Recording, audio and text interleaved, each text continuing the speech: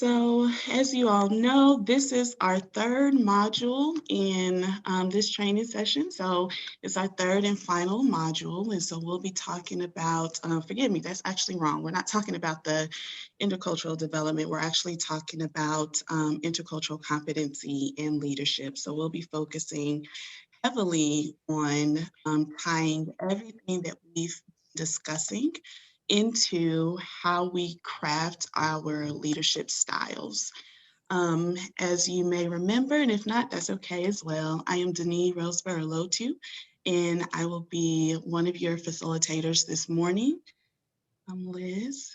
Good morning, friends. It's so nice to see you today. I am Liz Wallace-Tabak, and I'm excited to be here with you today. So we start every session with just really creating a space of bravery.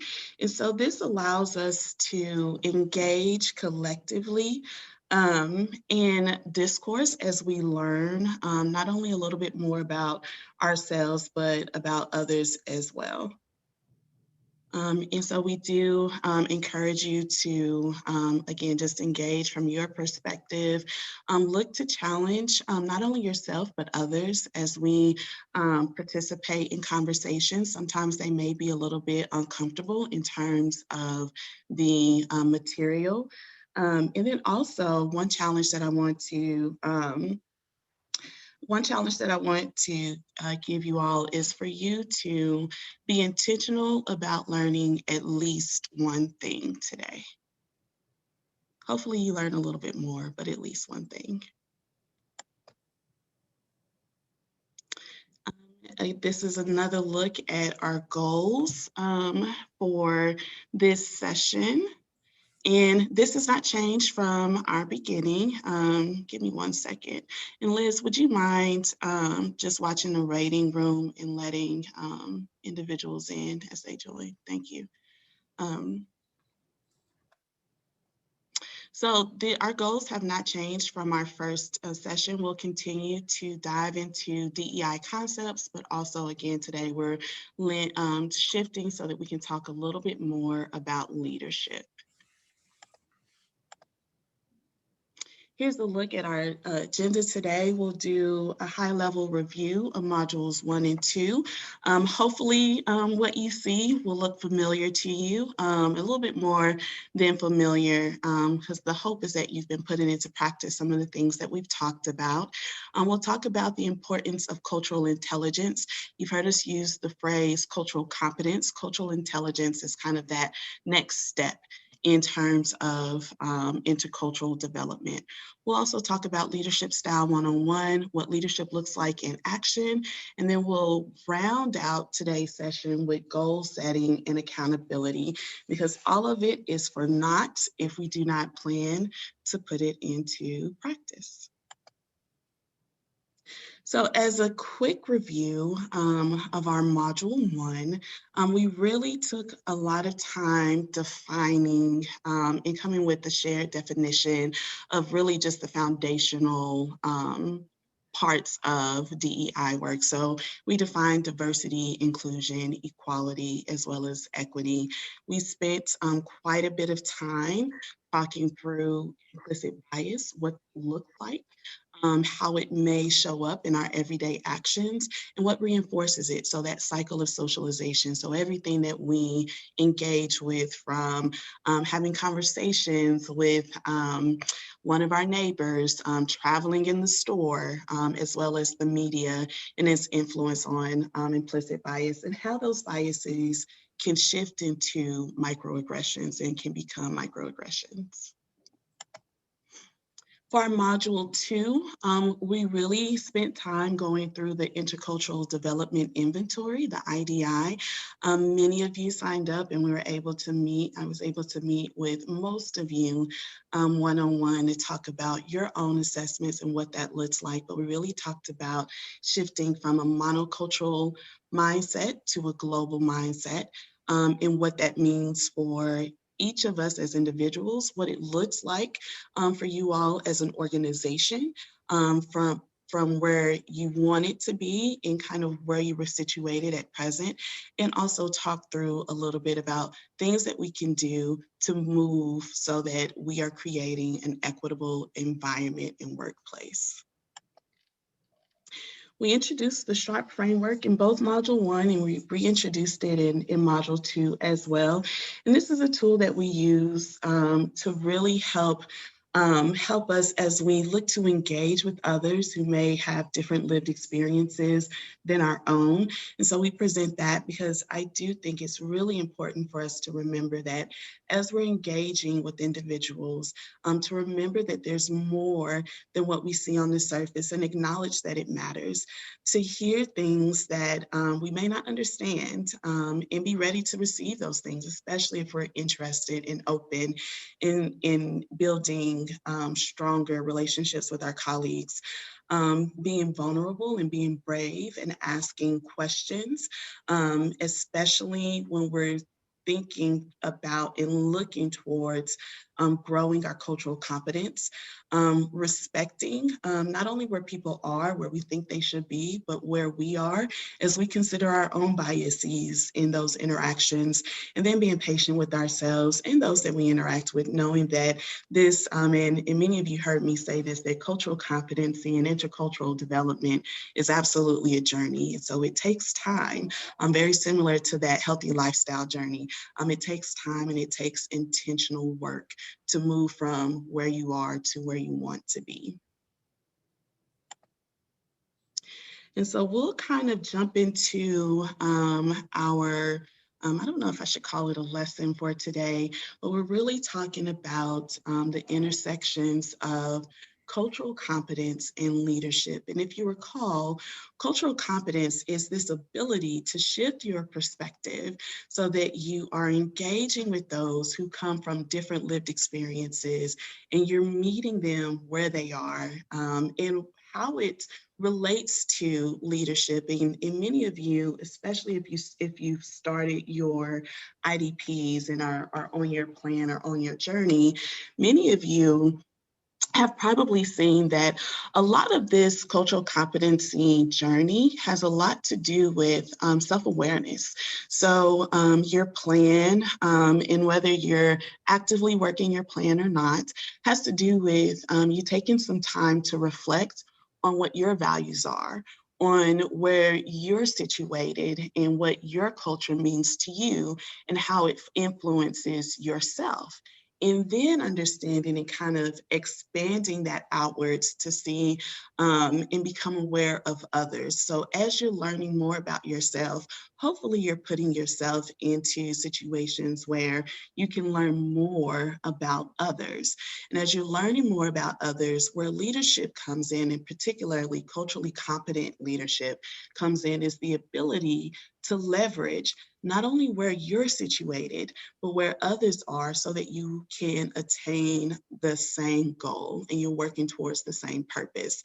So I can recall growing up, and many of you probably recall this as well, the golden rule, which is treat others how you want to be treated. And we often call that that way of thinking archaic, because what we really focus on now is treating others in the way that they want to be treated. It's very similar to the notion of emotional IQ, right? Or emotional intelligence. And so it's putting yourself in a place, being aware of where others are. And as your awareness of others expands and your awareness of yourself expands, learning how to use both of those pieces of information to work together.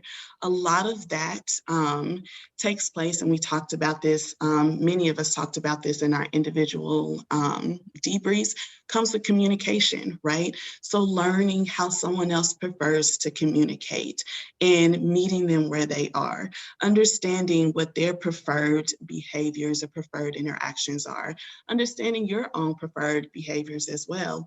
What are some behaviors that you are willing to shift so that you can meet, especially if those different lived experiences may provide a little bit of friction in terms of that communication, in setting expectations, etc. So you'll see on the It's my left side of the screen, the building blocks of intercultural competency. And so I think these are just some things to be aware of as we look to grow ourselves individually and subsequently as an organization. So making sure that we take the time to be open. We all have different thoughts about what things should be, different expectations, but continuing to engage with an open attitude. Again, there's that self-awareness piece. So knowing where you are, knowing where your values are, how they influence your interactions, and how others' values may influence their interactions as well. Growing that cultural knowledge by expanding your exposure to different cultures, regardless of what that may be in. And we talked a lot about how culture is really like an iceberg. So a lot of things that we associate with culture are those things above the surface that we can really see, which often look like food or music or clothing. But just like an iceberg, there are all of these pieces underneath that really influence how individuals decide to engage, how they process their surroundings, and subsequently, how they make decisions and how they may communicate. So acknowledging those pieces that are underneath the water, acknowledging that you may not know all of the information, but also being open and aware that those pieces can influence how an individual engages. And the cultural skills by way of growing your awareness and cultural competency really kind of leads to that cultural intelligence. So the ability to decide when to shift and when to adapt to different people from different lived experiences. I'm going to pause right there really quickly and see if there are any questions, comments, thoughts.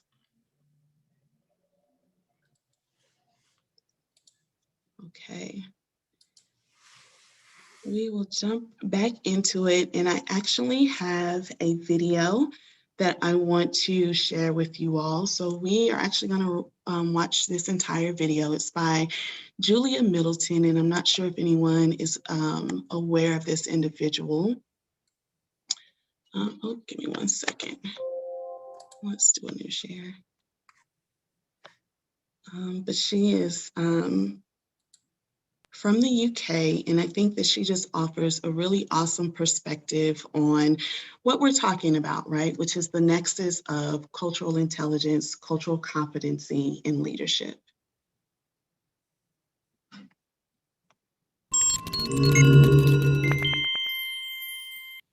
Oh my goodness.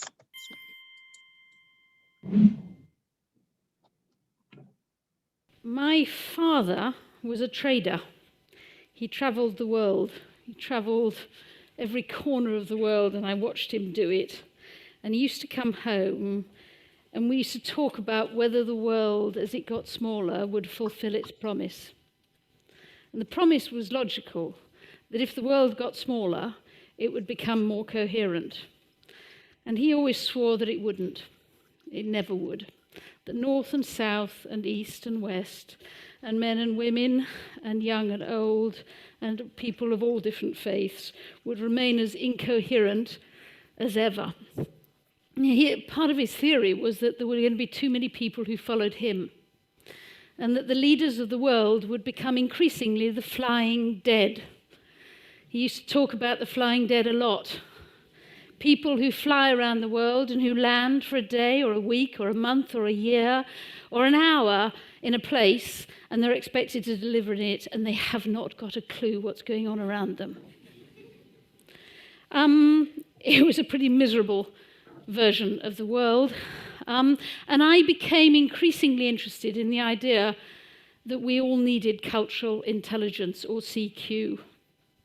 Cultural intelligence to me is the ability to cross borders and boundaries between different cultures and actually thrive in so doing, love doing it, and never want to not do it. I think the world won't change that much. When I started out, everybody kept on telling me that IQ was the secret to everything. You had to be jolly clever and pass every test that was ever thrown at you, and IQ was utterly crucial. And if I had a penny for all the idiots over the years who've said to me, if you could just take the people out of this problem, Julia, there would be no problem, and you think, what an idiot. I mean, just breathtaking.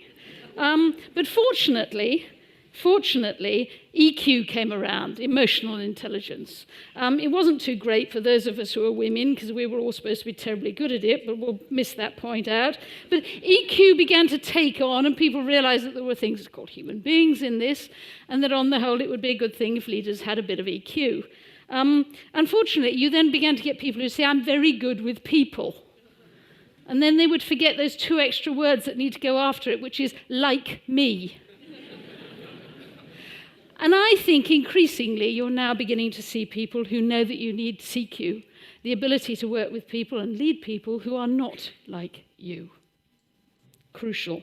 I think we'll carry on appointing people for IQ because no one's got the imagination to break away from it. We'll carry on, sadly, sacking some people a few years later for a total absence of EQ. But I believe that in future we will be promoting people for cultural intelligence.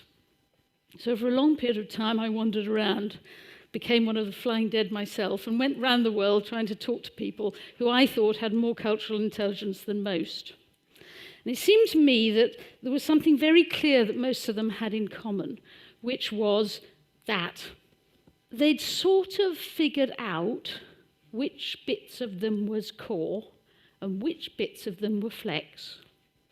Which bits of them were core? And when I say bits, I mean your behaviors, I mean your values, I mean your beliefs, just about everything that you've got in there. Which bits are absolutely core, and without them, you ain't you? Which bits are core and absolutely crucial that you are incredibly inflexible about them? And the more inflexible you are about them, the more people trust you. And then there's this huge area called your flex, which is just about everything else. And the more flexible you are on that, the more people trust you. The first one, that someone was talking to me about being a salesman and how difficult it is to be a salesman. That actually you become so flexible on just about everything that you lose any sense whatsoever of having a core, and no one trusts you at all because they have no idea at what point you'd stop. Yeah? And the next one, the purple, that's my grandparents. Yeah? They came from the northwest of England, and everybody in their street was like them, and there was absolutely no need for them to adapt to anybody, and frankly, everybody else could adapt to them. And in fact, that little green slice at the end is just me being kind to them. There really wasn't anything there. That was them, and that was them, and that was them, and they were all core, and I wouldn't trust them further than I could throw them. I believe that cultural intelligence comes on the sort of line between the two, between core and flex. That's where it lies, and it moves. It moves with great care, but it moves because it's called life. You learn more things, you meet more people, you move it. Someone pointed out to me, that one, my children drew that one, big load of core at the beginning because you get it from your parents and you nick it. And then quite importantly, it's go quite significantly down when you become a teenager and you'll do just about anything. And that helps you to figure out what your flex and your core is. And then towards the end, it starts creeping. I'm 56 now, it's creeping up. I'm getting much more intolerant of everybody. And you have to keep it down. A story, I, some years ago, did some work, or was invited to do some work in Jeddah in Saudi Arabia. And I spent a lot of time thinking about this because everybody told me I had to wear an abaya. And I thought about it a lot, and I have 3 daughters who were deeply horrified that I was even thinking about it, given what I was supposed to be about and all my life and my belief in women, and how could you even consider this? And I thought about it a lot, and in the end came to the conclusion that actually what I wear is in my flex. I've never much cared about what I wear or what I look like. And therefore I would wear an abaya, and I went to Jeddah and I did the work there and I learnt a lot. Because you do. discovered that I'd always thought that any woman who wore an abaya must be a wimp. And I learned how stupid I was. Extraordinary experience, but the interesting thing was coming back to London, people saying, typical, they demand that you wear an abaya when you go to Jeddah, but when they come to London, will they wear Western clothes? Well, actually, in this context, it's a perfectly stupid question. Because to the women I met in Jeddah, what you wear is in your core, and what I wear is in my flex. And I found it increasingly something that helped me begin to understand the world. But as you went on, you needed the braveness to then look at the next ones, the knots. Because as you do test your purple, as you do test your core, as you do meet new people, if you're like me, you discover little bits in your core that you're not very proud of, that aren't based on judgment, they're based on prejudgment. If you think you haven't got any knots, I'd like to suggest you're probably not human and probably kidding yourself. We all have knots in our core, and it seems to me that as you discover them and you dust them down and you find them curious and you work on them, you can either move them to your flex, or if you absolutely can't, because they're so deep inside you, then at least make them your problem, not anybody else's. It helped me. I remember years ago going to speak to a group, about 100 businesswomen from the US. And as usual, I was late. We have many things in common. I was late and I was rushing for the train knowing I was late, and as I was jumping on the train at Liverpool Street, I fell and I ripped my trousers.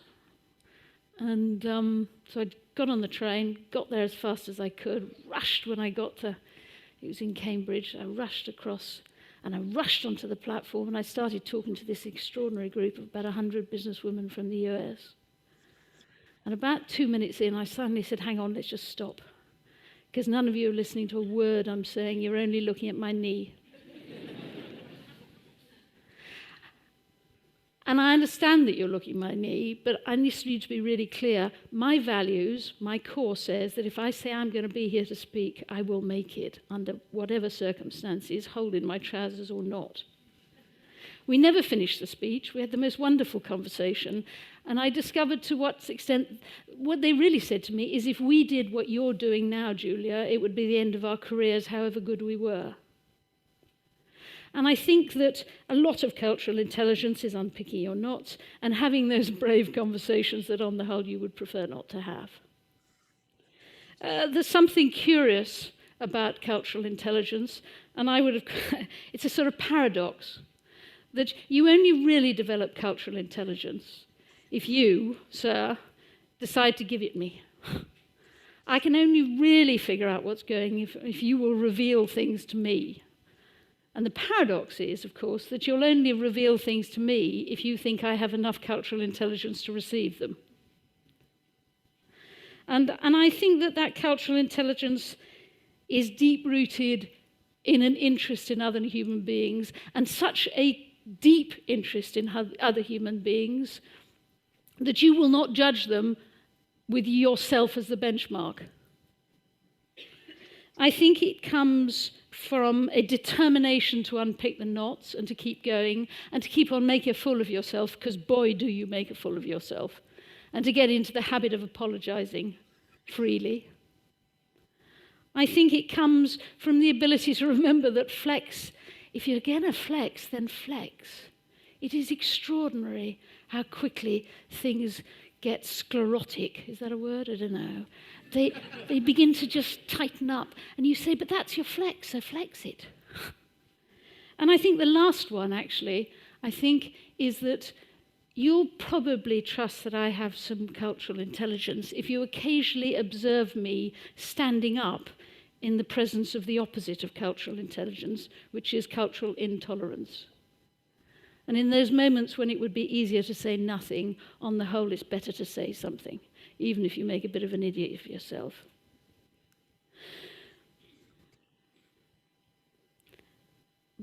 But in the end, the thing that fascinated me was that the more I talked about cultural intelligence with people, the more I realized everybody assumes that cultural intelligence comes from understanding other people's cultures. And the further I went, the more I began to realize that there was one most difficult culture of them all to crunch, which is your own. That's the culture you really have to understand. Understand when it helps you and understand when it hinders you. Understand when it opens things up for you, when it closes it down, when it causes other people's problems, when it gives you knots, and when it misses you opportunities. So ultimately, cultural intelligence fascinates me. I think people will be promoted for it because the world does require us to cope in a smaller but more complex world. I think it gives us a hope of being those kinds of leaders who do make the world more coherent. And I think it also gives us the hope of being, I want to be a leader because I want to change things. I know there are some leaders who want to keep things the same, but I want to change things. And I think cultural intelligence will help you to produce the change that you dream of producing. Thank you.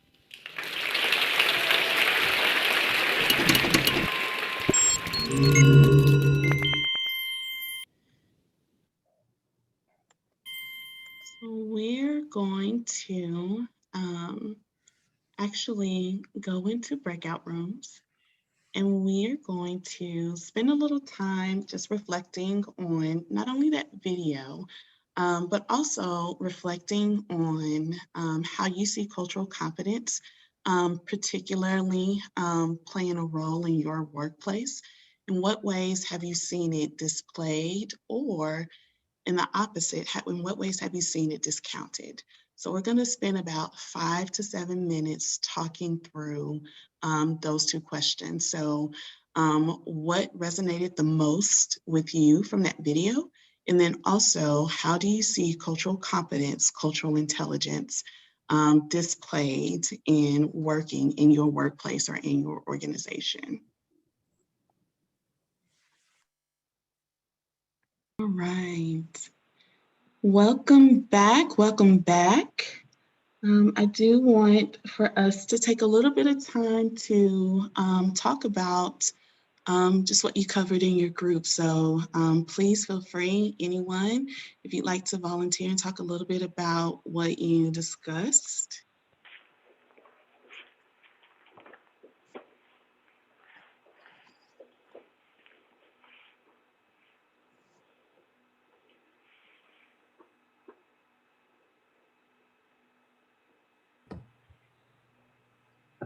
This is Jeff Butler. We talked about I guess what struck us, at least me the most, was and I don't think any of us had heard of the core versus flex concept before. So that model, I think, was really useful, and especially when she threw in the not concept, and the fact that it can the core and the flex can change over time. I think that's kind of a helpful model to use going forward for people. I think we talked about a few other things related to that, like conflicts that can arise when people think that something's in their core that's maybe being impinged upon, and how to deal about what to do about that. But bottom line is, I think that's a really useful concept because it can help people understand that this notion of having a core. I mean, you have something that's uniquely you, but you have a really good way with this flex of interacting with other people and understanding them, and it's okay if they want to understand your core, you want to understand their core. So we just thought that was a good model. Thank you. Can I get 2 more responses?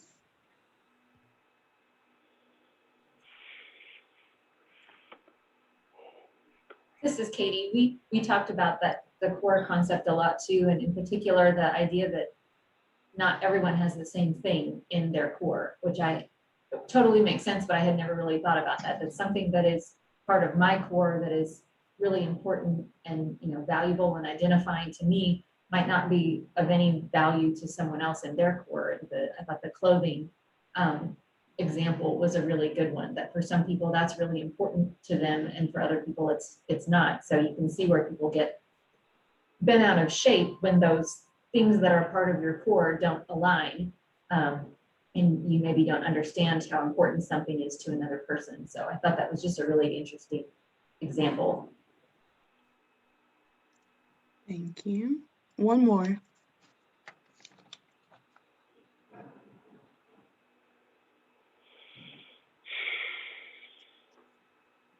Did anyone talk about what it looks like in the workplace?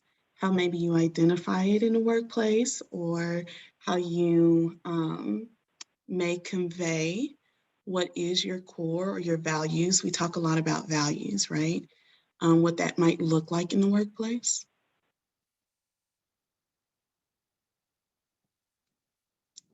Okay. It's okay. Yep.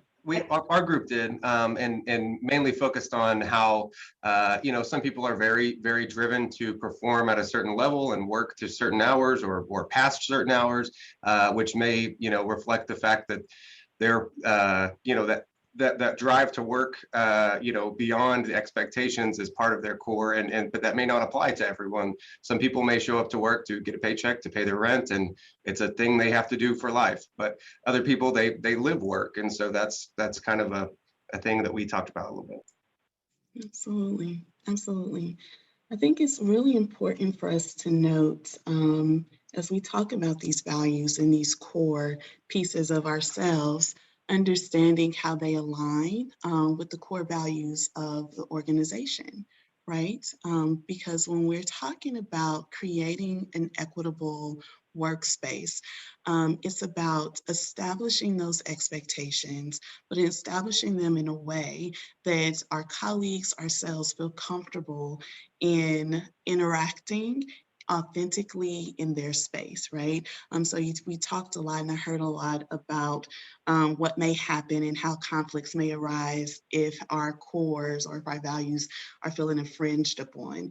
And so you'll find yourself, or hopefully you'll find yourself as a leader, that one of the things that you'll have to be really good at is not only understanding and identifying and expressing your own core and values, but identifying those of your colleagues, your peers, subordinates, and learning to, again, leverage both of those so that you're creating an equitable workspace and working toward whatever goal your department or your organization has set for you.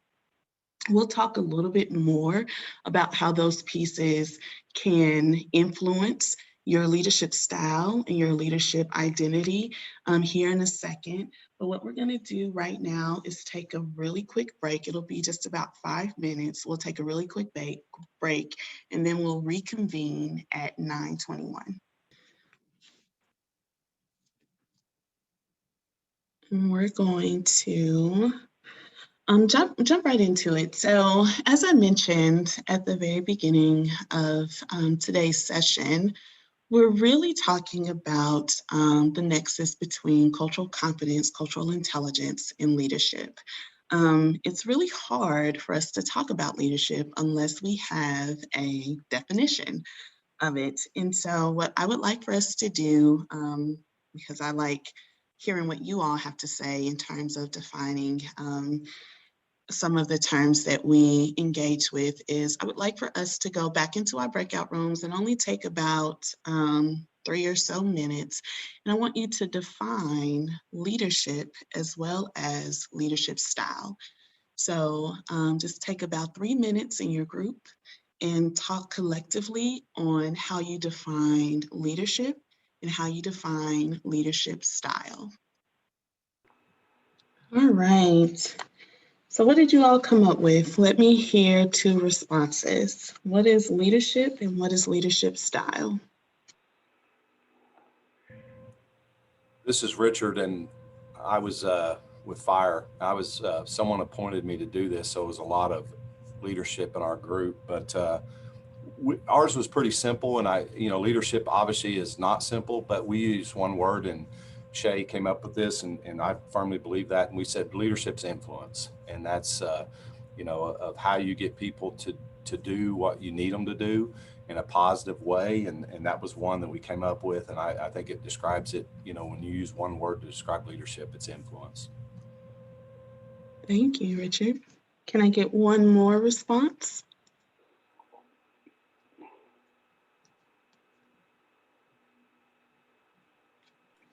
Our group talked about leadership as vision, or someone who lays the foundation or track for the rest of the team to complete the mission of the work. Thank you. Does anyone else? I want to give you all space and time if you feel that you have a definition that you're just burning to let everyone know. Okay. I appreciate both of those responses, and both of them are accurate. Leadership is a process, which probably is something that maybe not very many people think about, and it does include relationships of influence between individuals. There are 3 really important words that I think are worth pointing out. That it's a process. Process is one. It involves influence, which Richard had stated, and it also involves a goal, which Jen referred to in terms of vision, right? So in order for us to, I think, call ourselves leaders, I think we have to understand, and we have to have an understanding of what that means. There are 4 central components to being a leader. And in addition to it being a process and influence relationship, it happens in a group context. So leadership doesn't work in isolation. You have to have a relationship with someone else in order to be identified as a leader. Richard used a word, which I kind of wrote down and highlighted, which I think is interesting, and used the word positive.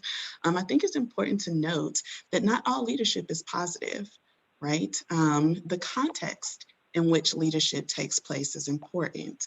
Why this matters to you, particularly for your organization, is as you look to solidify yourself as a leader, as you understand a little bit more your leadership style, and you understand the relationship of those that you engage with, it's important for you to know that building that positive leadership identity, which Richard had referred to, requires an understanding of those that you're leading or those that you've been charged to lead. There is a difference between leadership and management. And I think sometimes, especially in organizations, we see this a lot in the private sector, leadership turns more into management, which can kind of deconstruct those positive relationships in a way that may not be valuable for the organization and the culture that it's trying to establish. Leadership style is what leaders do and how you do what you do. So when we talk about leadership, there are different types of styles. So you may be authoritative, and so you may be one who really appreciates being hands-on. You may be a leader that leans a little bit more towards coaching, which is this idea of allowing the individuals that you are in charge of to kind of find their own strengths while guiding them towards the goal.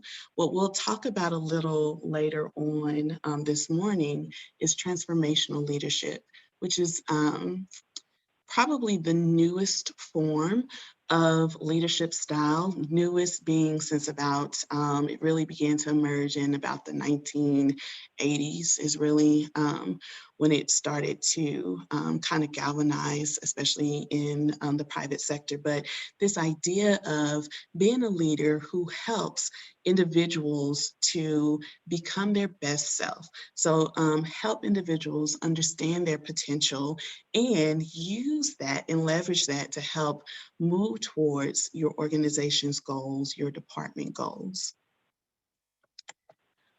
What we're going to talk about and what I'd like you all to spend a little bit of time thinking about in your groups is what makes an effective leader. So we talked about what leadership is and what a leader is. A lot of times when you get into conversations about what's a leader, you talk a lot about what are values that we see in leadership. And while I want you to talk about leaders, I really want you, or while I want you to talk about the values, I really want you to think about more specifically in what ways you've seen a leader be effective. And so what you consider to be an effective leader as an individual, what your organization considers to be an effective leader.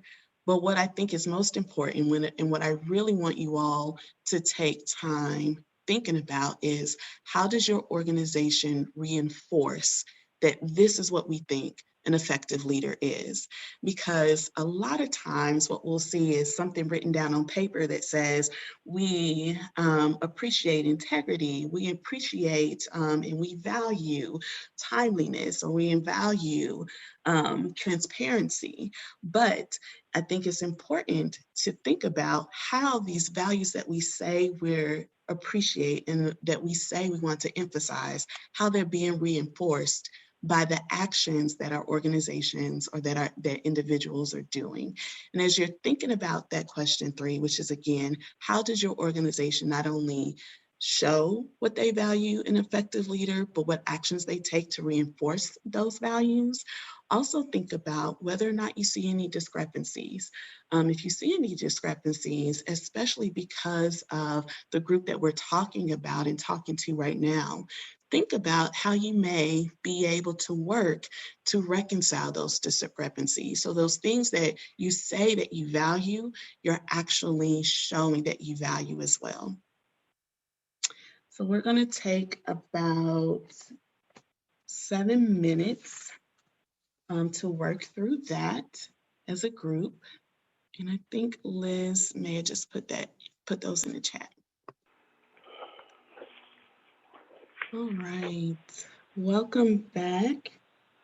Welcome back. I'm hoping that you all are having some robust conversations about what leadership is or is not to you. Would anyone like to share? No pressure. I won't ask for a certain number this time. I will on our next one. But would anyone like to share what they talked about in their group?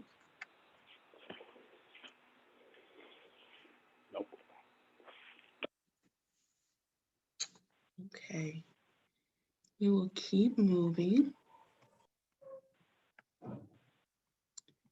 We'll actually move into talking a little bit about transformational leadership. As I mentioned earlier, this is really a newer style, newer again from the 1980s is when it was really kind of termed, and it's an evolution from charismatic leadership. And essentially what it really talks about, or what it really encompasses, is this idea or this notion that someone who is in charge or someone who has been identified as a leader of a group can persuade individuals to grow typically towards their greatest potential. And so it really encompasses an understanding by that individual of not only themselves, but their strengths and weaknesses. So that self-awareness piece that we talk about with regard to cultural intelligence and cultural competency is really important. Being self-aware of what your strengths are and using those strengths to push those that you are guiding, that you are leading towards their greatest potential. We find that individuals who are often identified as transformational leaders tend to have very dominant personalities, tend to be very self-confident, and also have a very sure sense of self and their values. So Julia presents those values as the core. So really understanding what that core is.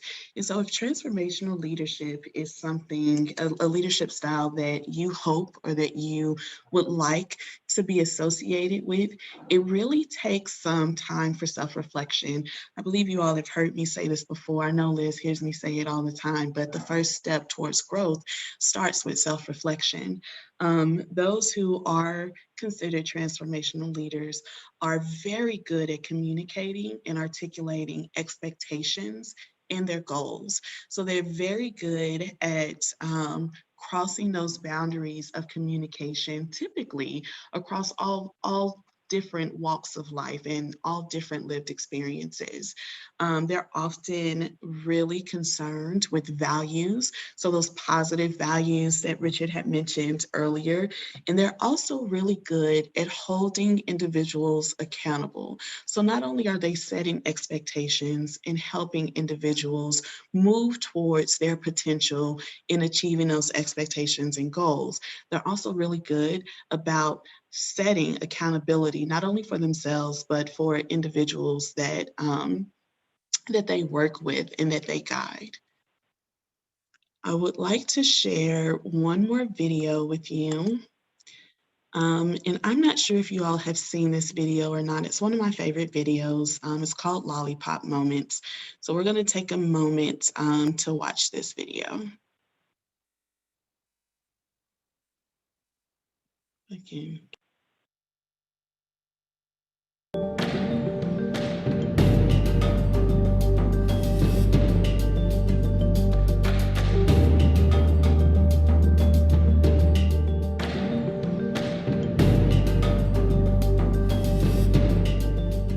I want to just start by asking everyone in the audience here a question. How many of you are completely comfortable with calling yourselves a leader? See, I've asked that question all the way across the country, and everywhere I ask it, no matter where, there's always a huge portion of the audience that won't put up their hand. And I've come to realize that we have made leadership into something bigger than us. We made it into something beyond us. We made it about changing the world. And we've taken this title of leader and we treat it as if it's something that one day we're going to deserve. But to give it to ourselves right now means a level of arrogance or cockiness that we're not comfortable with. And I worry sometimes that we spend so much time celebrating amazing things that hardly anybody can do that we've convinced ourselves that those are the only things we're celebrating. And we start to devalue the things that we can do every day. And we start to take moments where we truly are a leader and we don't let ourselves take credit for it and we don't let ourselves feel good about it. And I've been lucky enough over the last 10 years to work with some amazing people who have helped me redefine leadership in a way that I think has made me happier. And with my short time today, I just want to share with you the one story that is probably most responsible for that redefinition. I went to a school on a little school called Mount Allison University in Sackville, New Brunswick. And on my last day there, a girl came up to me and she said, "I remember the first time that I met you." And then she told me a story that happened 4 years earlier. She said, "On my day before I started university, I was in the hotel room with my mom and my dad, and I was so scared and so convinced that I couldn't do this, that I wasn't ready for university, that I just burst into tears. And my mom and my dad were amazing. They were like, 'Look, we know you're scared, but let's just go tomorrow. Let's go to the first day. And if at any point you feel as if you can't do this, that's fine. Just tell us, we will take you home. We love you no matter what.'" And she says, so I went the next day and I was standing in line getting ready for registration, and I looked around and I just knew I couldn't do it. I knew I wasn't ready. I knew I had to quit. And she says, I made that decision, and as soon as I made it, there was this incredible feeling of peace that came over me. And I turned to my mom and my dad to tell them that we needed to go home. And just at that moment, you came out of the Student Union building wearing the stupidest hat I have ever seen in my life. It was awesome. And you had a big sign promoting Shinorama, which is Students Fighting Cystic Fibrosis, a charity I've worked with for years. And you had a bucket full of lollipops. And you were walking along and you were handing the lollipops out to people in line and talking about Shinorama. And all of a sudden, you got to me and you just stopped and you stared. It was creepy. This girl right here knows exactly what I'm talking about. And then you looked at the guy next to me and you smiled and you reached in your bucket, you pulled out a lollipop and you held it out to him. And you said, you need to give a lollipop to the beautiful woman standing next to you. And she said, I have never seen anyone get more embarrassed faster in my life. He turned beet red and he wouldn't even look at me. He just kind of held the lollipop out like this. And I felt so bad for this dude that I took the lollipop. And as soon as I did, you got this incredibly severe look on your face and you looked at my mom and my dad and you said, look at that, look at that. First day away from home and already she's taking candy from a stranger. And she said, everybody lost it. 20 feet in every direction, everyone started to howl. And I know this is cheesy, and I don't know why I'm telling you this, but in that moment when everyone was laughing, I knew that I shouldn't quit. I knew that I was where I was supposed to be, and I knew that I was home. And I haven't spoken to you once in the 4 years since that day, but I heard that you were leaving. And I had to come up and tell you that you've been an incredibly important person in my life, and I'm gonna miss you. Good luck. And she walks away, and I'm flattened. And she gets about 6 feet away, she turns around and smiles and goes, you should probably know this too. I'm still dating that guy 4 years later. A year and a half after I moved to Toronto, I got an invitation to their wedding. Here's the kicker, I don't remember that. I have no recollection of that moment, and I've searched my memory banks because that is funny, and I should remember doing it, and I don't remember it. And that was such an eye-opening, transformative moment for me to think that maybe the biggest impact I'd ever had on anyone's life, a moment that had a woman walk up to a stranger 4 years later and say, you've been an incredibly important person in my life, was a moment that I didn't even remember. How many of you guys have a lollipop moment, a moment where someone said something or did something that you feel fundamentally made your life better? All right. How many of you have told that person they did it? See, why not? We celebrate birthdays where all you have to do is not die for 365 days. And yet we let people who have made our lives better walk around without knowing it. And every single one of you has been the catalyst for a lollipop moment. You have made someone's life better by something that you said or that you did. And if you think you haven't, think about all the hands that didn't go back up when I asked that question. You're just one of the people who hasn't been told. But it is so scary to think of ourselves as that powerful. It can be frightening to think that we can matter that much to other people. Because as long as we make leadership something bigger than us, as long as we keep leadership something beyond us, as long as we make it about changing the world, we give ourselves an excuse not to expect it every day from ourselves and from each other. Marianne Williamson said, our greatest fear is not that we are inadequate. Our greatest fear is that we are powerful beyond measure. It is our light and not our darkness that frightens us. And my call to action today is that we need to get over that. We need to get over our fear of how extraordinarily powerful we can be in each other's lives. We need to get over it so we can move beyond it. And our little brothers and our little sisters, and one day our kids, or our kids right now, can watch us start to value the impact we can have on each other's lives more than money and power and titles and influence. We need to redefine leadership as being about lollipop moments. How many of them we create, how many of them we acknowledge, how many of them we pay forward, and how many of them we say thank you for. Because we've made leadership about changing the world, and there is no world. There's only 6 billion understandings of it. And if you change one person's understanding of it, one person's understanding of what they're capable of, one person's understanding of how much people care about them, one person's understanding of how powerful an agent for change they can be in this world, you've changed the whole thing. And if we can understand leadership like that, I think if we can redefine leadership like that, I think we can change everything. And it's a simple idea, but I don't think it's a small one. And I want to thank you all so much for letting me share it with you today. Have a great day at TED. I'll see you later.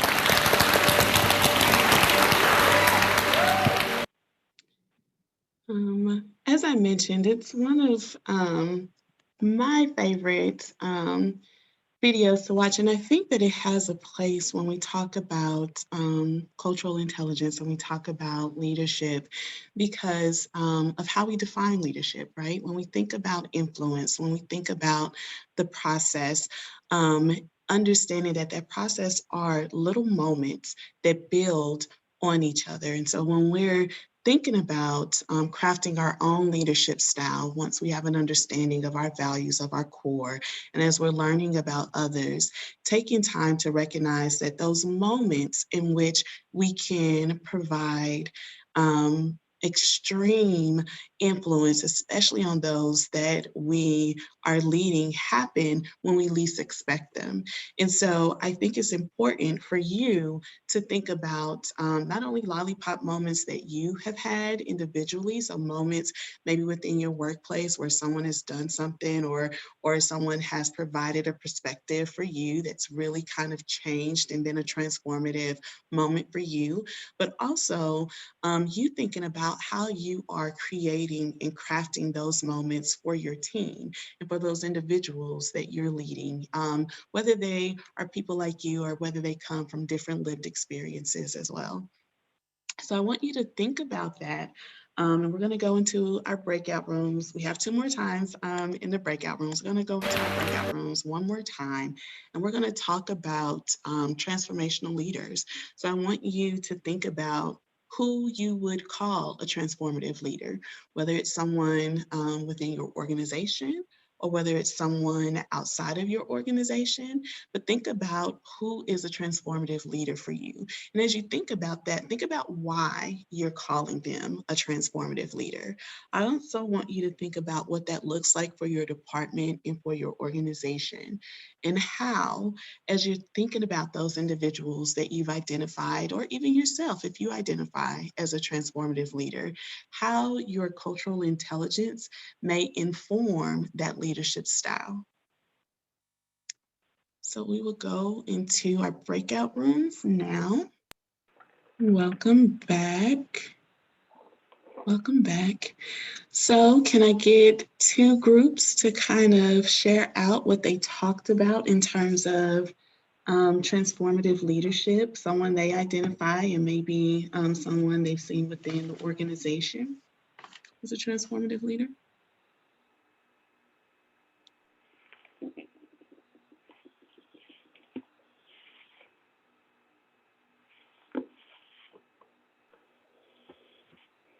I'll share. In our group, I'll make him red again. Did he just go off screen? He did. We actually said Chief Kelly being one, in terms of just his willingness to put himself in uncomfortable situations to grow as a leader and to grow his cultural intelligence. And so that was really important there. And then we just talked about how, as an organization, especially the type of work that we do as a city, how, you know, our leadership is often public and displayed. So like even the mayor, his way of being really brave and making courageous and brave decisions, despite the fact that the whole city is looking at him, is pretty transformational. Thank you. Can I get one more response? This is Eric Winger, but I'm going to actually steal Christy Yeager's because I wholeheartedly agree with it. That we talked a little bit about Assistant City Manager Laura Johnson being transformational, just especially with her leadership during the pandemic of the city. Really, her responsiveness to families and employee safety, and just a lot of the things that she really led the charge on, for us as employees, and that. Not that maybe previous leadership would not have done the same, but she really excelled at that, and just something that was noticed for the organization as a whole. So, and it's outside the pandemic too. Obviously, her life experiences too with maybe single parent households and how we address that, through the organization and the support that single parents maybe need, and just a lot of variety of areas. She's just really exceptional at that, and has made a real impact on a lot of lives. Thank you for sharing. I think that as you all continue to think about some of the questions, and particularly what you think a transformative leader is, what qualities they show, I think that you'll find that those who maybe, and the word I'm going to use is universal, although it doesn't necessarily apply universally or pretty majorly can be identified as a transformative leader, you'll find that their cultural intelligence is pretty high, that they're able to identify or at least understand different lived experiences the nuances of those different lived experiences. And understanding that helps and allows them to make decisions and engage with individuals in a way that makes everyone feel seen, feel heard, and included in those decisions. So we're going to take one more quick break. We're going to take a 5-minute break here. So we'll reconvene at 10:15, and then we'll get into what I think is the good stuff. You may not think. Welcome back. Welcome back.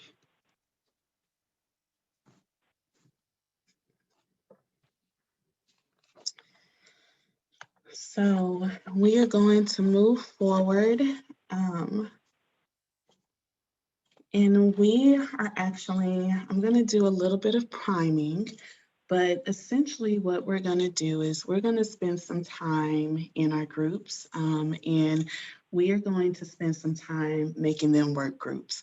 So if you all recall, and I'll actually share my screen with you all, in Module 2, we talked a little bit about real life, real instance case studies. And so I'm hoping that you all spent some time working with each other with building those case studies. If you did not, that's okay. You'll have time today.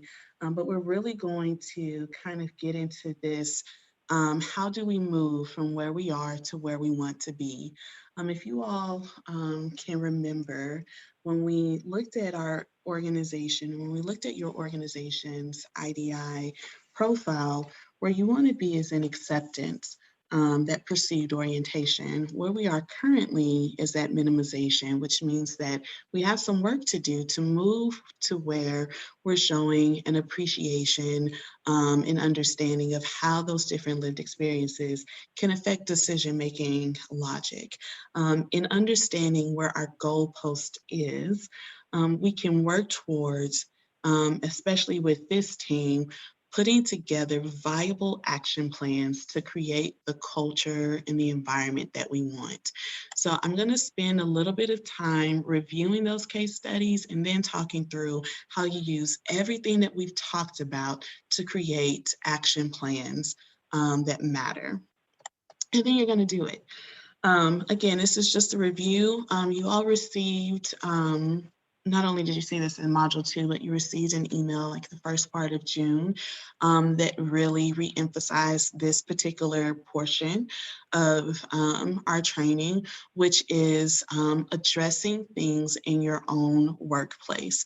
So if you as a team did not come up with a case study, you'll have time today to do that in your work group. So take time to think about projects or issues relating to cultural competence or relating to understanding different lived experiences and how you might work through them.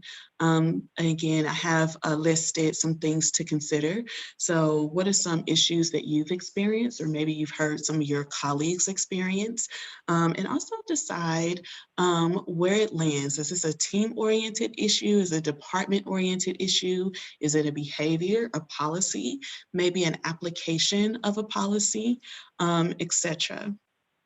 As you're thinking about and establishing those workplace case studies, if you haven't already, I want you to consider using the equity literacy approach. If you recall, we introduced this in Model 2 as well, which is essentially a 7-step approach to identifying and deconstructing issues. So identifying what the biases may or may not be, taking stock of the different perspectives and stakeholders involved in the issue, understanding what might be a challenge or an opportunity, what a just outcome may look like, and then, and here's where the work really comes in, brainstorming solutions. And we'll talk through what those solutions and goals should really look like here in a second, but brainstorming both immediate and long-term solutions, and then crafting that plan of action.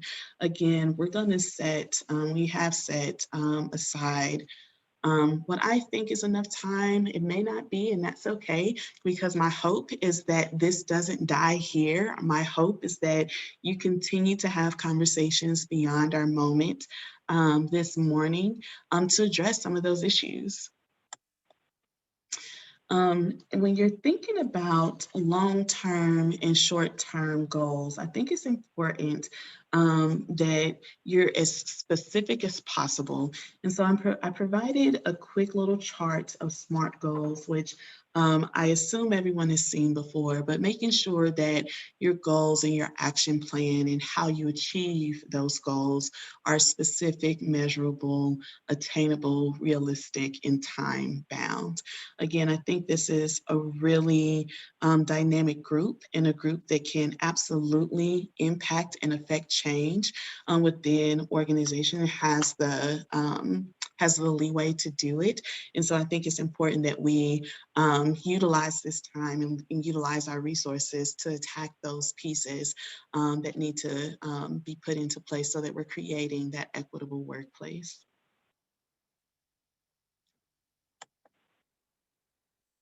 And we will talk about this afterwards. So your work is twofold if you didn't construct your case study in Module 2 and in between Module 2 and now.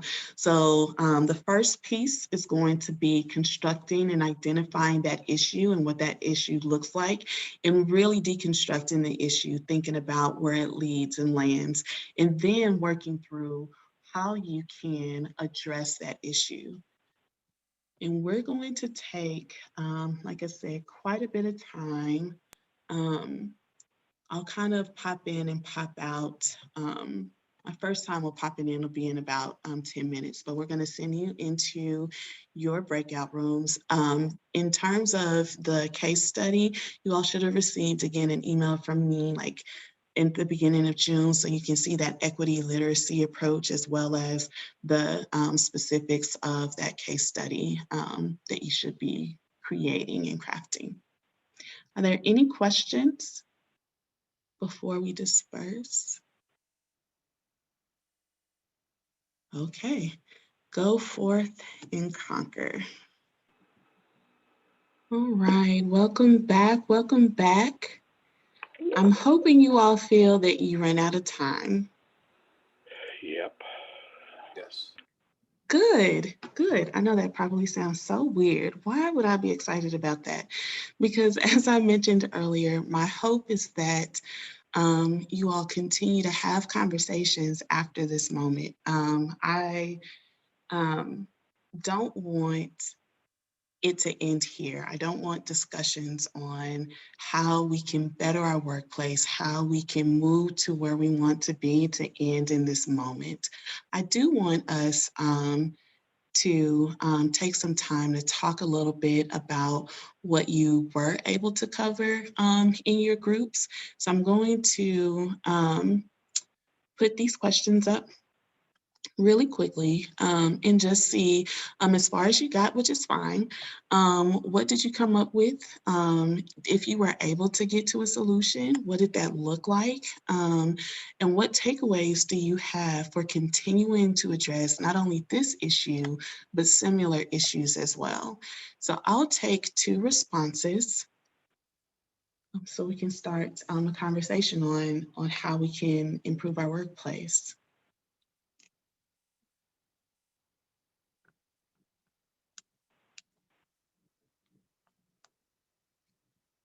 And if you didn't get that far, that's fine. Maybe you can talk a little bit about what issues you talked about.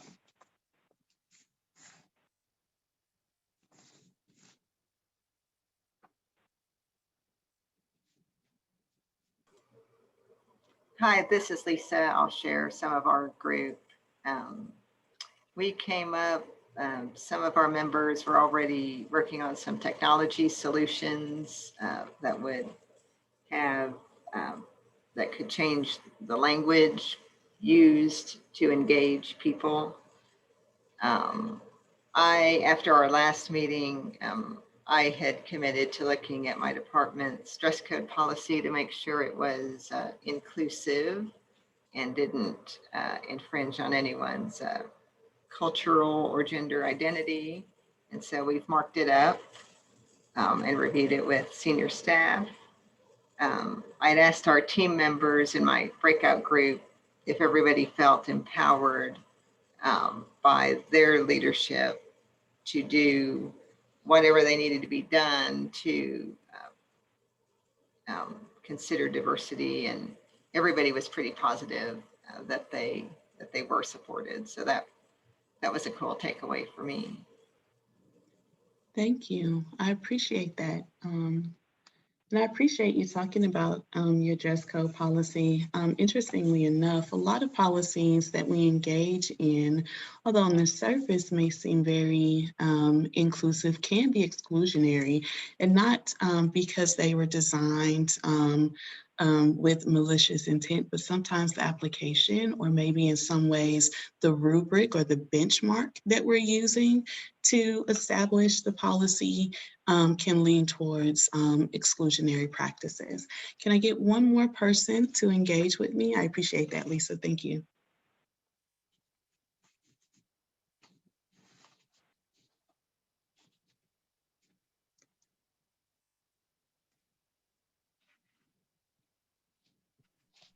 Well, our group also talked about making, Lisa kind of mentioned this, but making materials that we have for the public available in more languages, and identifying languages other than English that need to be incorporated into our materials, so that applicants, residents, anyone interested in the work that the city's doing can access that information and understand it and have it available to them. So we had people from several different departments, and everybody shared different things that their departments already do to address that and ways that they could improve upon that. So learned about some new tools and some things that other city departments are already using. So I think that'll be really helpful going forward. Awesome. Thank you. Thank you. You all have, I think, in this group, a wealth of resources. And I'm hoping or hopeful that as you've engaged in your groups, that you're finding ways to connect maybe with some individuals that you've never really connected with before, but can share best practices, talk through ways to engage and create, again, equitable workplaces. I think it's important to note that equity is both on a macro and a micro level. So Lisa had talked about how she had gone back to her particular department and began to look at some policies. And I would encourage for everyone to do that. If you have the ability to go back and think about some of those policies that are written in stone, and maybe even some of those softer, we often use the phrase tribal knowledge policies that everyone is just kind of expected to adhere to. Think about how some of those are being applied and whether or not they encourage equity, again, in the workplace, and how you may be able to affect those spaces. Drew had mentioned it when he talked about transformative leadership, and that a lot of times when we think about leadership, when we think about concepts of DEI work, we think about it as very grandiose. And so these big moments, and we can't affect change unless it's at this big level. But in all honesty, it starts with those little moments. It starts with those little pieces. So if you're able to affect change within your team, within your department, and you're able to continue to connect with others, then you are essentially working together collectively to build a more equitable organization. So I want you all to continue to think about those things. And I also am hoping that you all have exchanged contact information, or at least wrote down who was in your group, so you can continue to have conversations about maybe some of the issues that you were looking to address. And even if all you were able to do was talk a little bit about a case study or an issue, and maybe you weren't able to get to the solution piece of it, I do want you all to still continue to talk about and work through those issues beyond this moment, and make it your project for the rest of the year, or if it takes a little bit long, a little bit shorter, maybe for the rest of the quarter, to choose to be intentional about addressing the issues that you heard about, or the issues that you talked about. The last thing that I want to say with regard to that, and specifically with regard to crafting plans of action and identifying solutions. In some of the groups that I kind of bounced in, I heard not only some solutions, but some barriers and some hindrances to the solutions or crafting the plan. And so, and you all have heard me say this, especially if you had your IDI debrief, I think it's imperative that as you consider what solutions are, you not only identify barriers, but you talk through how you can overcome those barriers. A lot of times we'll get to a place and we'll say, yes, this is all we can do because this is all the resources that we have. One of the major limiting resources is money, is funding, right? So we may decide or say that, well, we can't fix this because we don't have the funds to do it.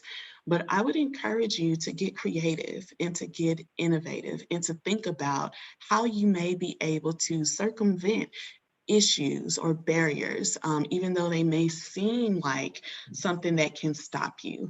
Is there a way that you can work around it? If you can't work around it, is there a way that you can do a little bit now, maybe petition some in some way to create something so that you're continuing to move the needle towards, again, towards an equitable workplace, and you're moving the needle towards where your organization wants to be, which is firmly nestled within that acceptance kind of mentality in culture. Are there any thoughts or questions about any of that?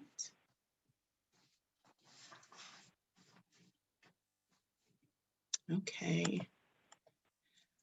We are at the end of this session, so it is 11 o'clock, which means that I'm giving you 30 minutes of your time back.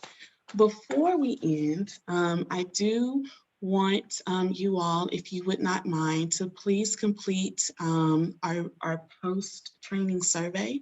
And I believe that Liz will drop the link in the chat here momentarily. If you all wouldn't mind just taking some time to offer some feedback. As I stated earlier, I do work, and you all know this, who've been with me with the first training, I do work at a time deficit, which is I do think that you should feel like you don't have enough time, with the intent that you continue conversations beyond this moment. We are here just as guides, but the work happens when we're not face-to-face, when you are in your actual workspace. So I'm hoping that you all take the time to continue to connect and continue to work through some of the things that we've talked through. I'm hoping that you found this training valuable, that you continue to think about your own journey as you move towards cultural competency and cultural intelligence, and how that may impact your leadership style. I actually don't see it in the chat. Liz, do you have it? I can drop it if you don't.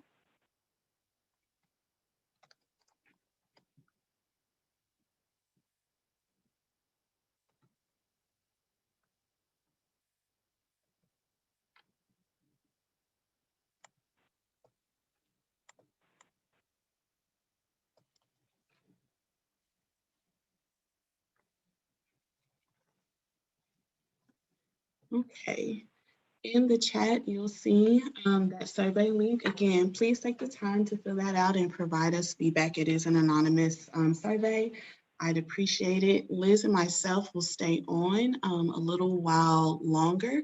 For any who may have some questions or like to engage in conversation, we will be here. Thank you all so very much for your time this morning. I hope you enjoyed it, and we'll see you next time.